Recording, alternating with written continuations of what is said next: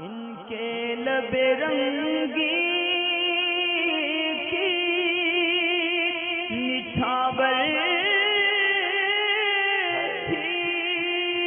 کہ جس نے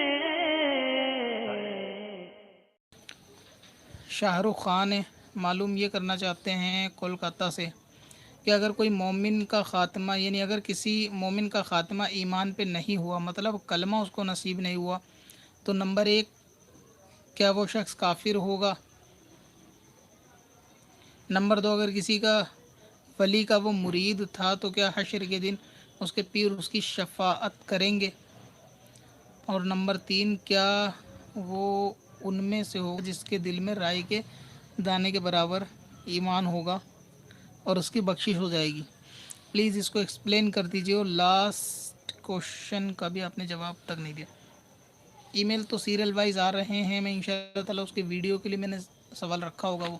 بعض لوگوں کے ذہن میں یہ وسوسہ ہوتا ہے کلمہ شریف کو لے کر کہ جیسا کہ حدیث پاک کے اندر ہے کہ اپنے مردوں کو جو ہے وہ یعنی لا الہ الا اللہ سکھاؤ،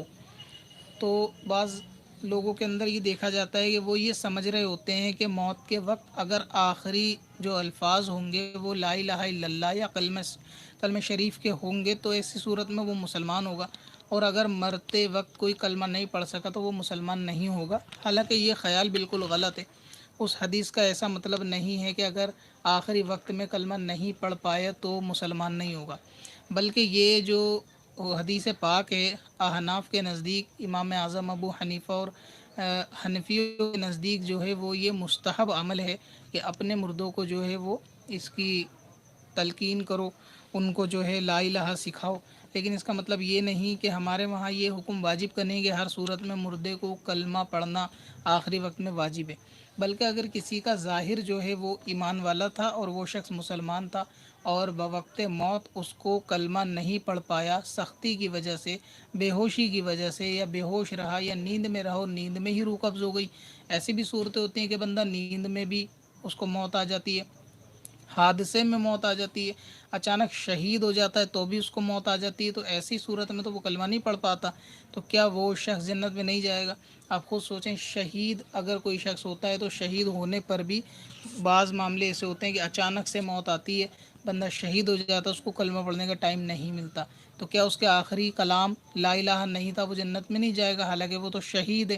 تو ایسا نہیں ہے کہ اس حدیث پاک کا مطلب یہ ہے، بلکہ یہ کہ آخری کلام جو ہے وہ لا الہ اس کو سکھانا چاہیے، اور اس سے مراد یہ ہے کہ اس کے پاس جو ہے ایسے نزا کے وقت میں، سختی کے وقت میں اس کے پاس کھڑے ہو کے دوسرے لوگوں کو کلمہ پڑھنا چاہیے اور اس کو پڑھنے کے لیے کہنا چاہیے، لیکن فورس نہیں کرنا چاہیے۔ تو آپ جو ہے موت کے وقت مردے کے قریب میں لا الہ الا اللہ پڑھیں اور اس کو پڑھنے کی ترغیب دلائیں کہ وہ پڑھ سکے تو بہتر ہے، اگر نہ پڑھ سکے تو اس پہ سختی بالکل نہ کی جائے۔ بعض لوگ اس کو پڑھوانے کے لیے زور زبر کرتے ہیں، تو ایسا بھی نہیں کرنا چاہیے، بس آپ اس کے پاس بلند آواز سے پڑھیں، اس کو تکلیف نہیں ہونی چاہیے، آپ پڑھتے رہیں، لگاتار ورد کرتے رہیں، تو انشاءاللہ تعالیٰ اس کی برکتیں بھی، اس کی برکت سے اس کی روح قبض ہونے میں آسانی ہوگی۔ باقی اگر بظاہر وہ مسلمان تھا تو بعد وفات اگر اس نے کلمہ نہیں پڑھا اس وقت میں تو مسلمان کی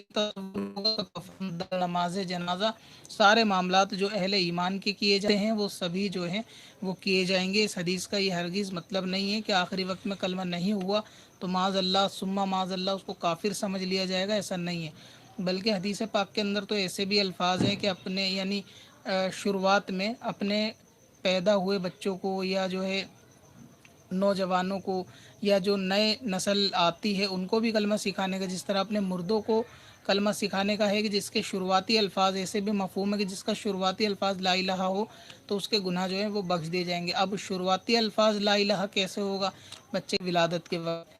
اگر کوئی تو اس کے بعد والے سارے گناہ کیا اس کلمے کی وجہ سے بخشے جائیں گے؟ آئندہ وہ گناہ کرے گا تو کیا اس کو کوئی حساب نہیں ہوگا؟ تو ایسا ہرگز نہیں ہے کہ کسی کا اگر شروعاتی کلام لا الہ ہو تو اس کے تمام گناہ ہوں گے ہی نہیں، ایسی کوئی مہر لگ جائے، یا پھر کسی کا آخری کلام لا الہ نہ ہو تو اس کے کافر ہونے پہ مہر جائے، اس کا حدیث کا ہرگز مطلب نہیں ہے۔ باقی تلقین کرنی چاہیے، مستحب کام ہے، اگر مردہ پڑھ سکے تو اچھی بات، نہ پڑھ سکے تو سختی نہیں کی جائے گی، بلکہ علماء نے یہاں تک لکھا کہ اگر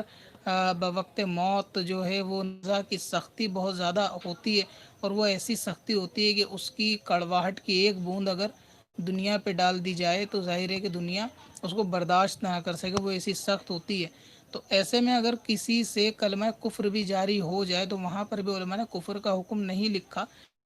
وہاں بھی رعایت دی جائے گی کہ ایسی صورت میں عقل جاتی رہتی ہے، یعنی بندہ ہوش نہیں رہتا، وہ اتنی سخت کیفیت ہوتی ہے اس وقت کی، جیسے کہ لکڑی کی کوئی ٹہنی، کانٹے دار ٹہنی کو حلق میں ڈال کر اور حلق میں ڈالنے کے بعد کھینچا جائے تو جو وہ سختی ہوتی ہے اس سے بھی زیادہ سخت ہوتی ہے موت کی سختی۔ تو ایسے میں اگر اس کو آپ پریشر ڈالیں گے، مردے کو بار بار پڑھنے کے لیے کہیں گے، تو ایسے میں بندہ آلریڈی اپنا مانسک جو ہے سنتولن کھو چکا ہوتا ہے، تو اریٹیٹ ہو کر وہ کلمہ کفر ظاہر ہے کہ بول سکتا ہے، تو اس لیے اس کو فورس نہ کیا جائے، بلکہ خود کلمہ پڑھنا چاہیے، اس کے پاس بیٹھ کے دوسرے جو ہیں وہ ورد کرنے چاہیے، باقی اس کو دباؤ کلمے کے لیے نہیں ڈالنا چاہیے۔ پتھر میں اصل